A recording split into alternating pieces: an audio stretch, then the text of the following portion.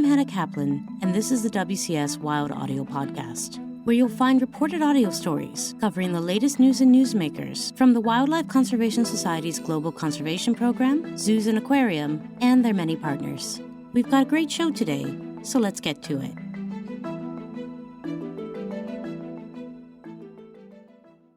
In the second episode of our three-part series on WCS's Real Wild New York Film Festival, we go behind the scenes to uncover the inspiration behind this inaugural event celebrating remarkable filmmakers and extraordinary wildlife stories from around the globe.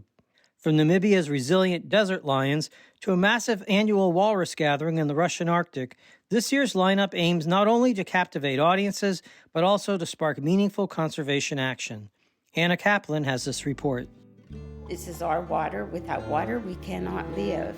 And when someone tries to take that away from you, you fight for it. If you imagine a photograph conveying 1,000 words in a single image, film has that ability exponentially. With 24 frames per second, you can convey 1,000 worlds. Natalie Cash, executive producer at Wildlife Conservation Society and one of the festival's organizers, says the goal is to combine inspirational wildlife documentary filmmaking with real-world change. For Real Wild, we really wanted films that had an impact. It wasn't enough just to raise awareness for issues, but to show people that there was a sense of hope. You can't really be involved in conservation and be hopeless. WCS has a tremendous history of showing that conservation in action does work. So for the films selected, we really wanted projects that showed a general audience that work was being done, that there are issues that are out there, but they can be addressed. John Calvelli, WCS Executive Vice President of Public Affairs and founder of the festival, explains that conservation organizations like WCS are in a unique position to curate films that connect audiences with both filmmakers and scientists, sparking inspiration and driving meaningful action. What we want to try to do here is create a bit of a new paradigm where a conservation organization takes it upon itself to help curate a series of films that are going to help educate the public, but at the same time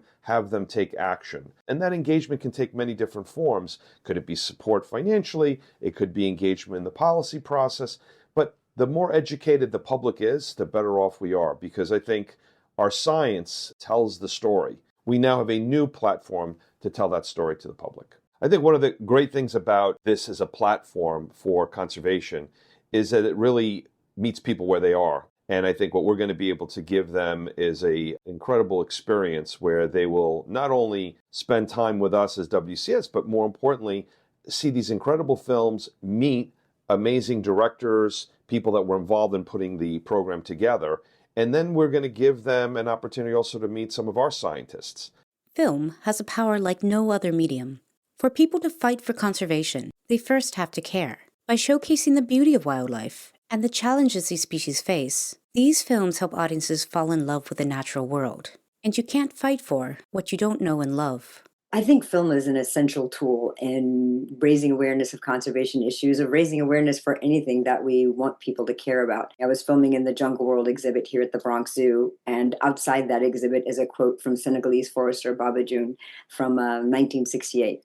And it says, "In the end, we will conserve only what we love will love only what we understand, and we will understand only what we are taught." And I really feel that if we need to bring along a public audience to care about the issues that we're invested in, they have to see it, they have to understand it, they have to know it.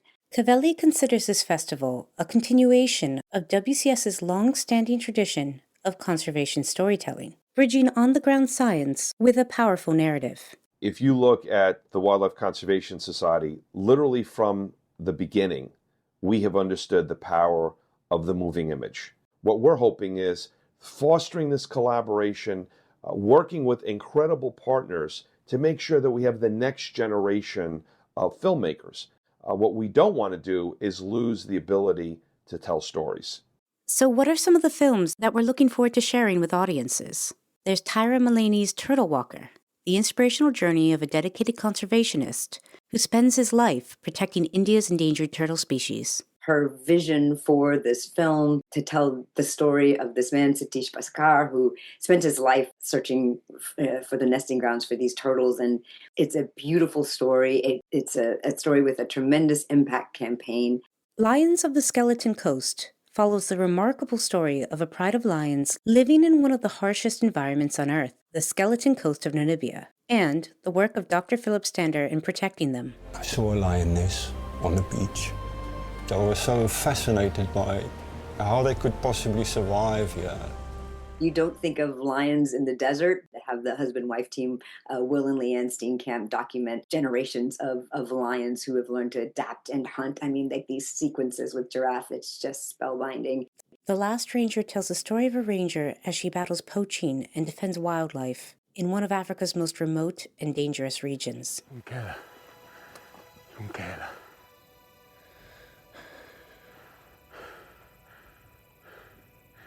I'm gonna need your help. And then, I mean, The Last Ranger. We have a second film that was nominated for Best Short at the Academy Award. Coexistence, a film produced by WCS, examines sustainable markets in Latin America, while PBS Nature's Wild Hope highlights inspiring efforts to protect America's remaining bison populations, bringing this vulnerable species back from the brink. Everything that buffalo had was a sacred part of our life. The Osage Nation has revived this pasture, this part of the world for buffalo. This is a species, the very first species ever saved from extinction. And WCS is integral in that story, from working with First Nations and Native peoples. The festival's central message is one of hope and action, inspiring audiences to take meaningful steps that drive tangible results in the protection of our planet. So we are very confident that the quality of what people will see during the film festival will help energize them and engage them. And as there's so much going on in the world and people are questioning, do people still care about our planet? Do people still care about wildlife? I think the answer is a resounding yes. And it's not a partisan issue. It is a human issue. What these films will do is help bring that story to the fore. This festival is more than a showcase of incredible films. It's a call to action. The Real Wild New York Film Festival will be held on April 4th and 5th in Midtown Manhattan. For film details, screening locations, and tickets, visit realwild.org. We hope to see you there. For WCS Wild Audio, I'm Hannah Kaplan. Today's episode was produced and reported by Hannah Kaplan, with help from Dan Rosen and Nat Moss. The WCS Wild Audio podcast is a production of the Wildlife Conservation Society.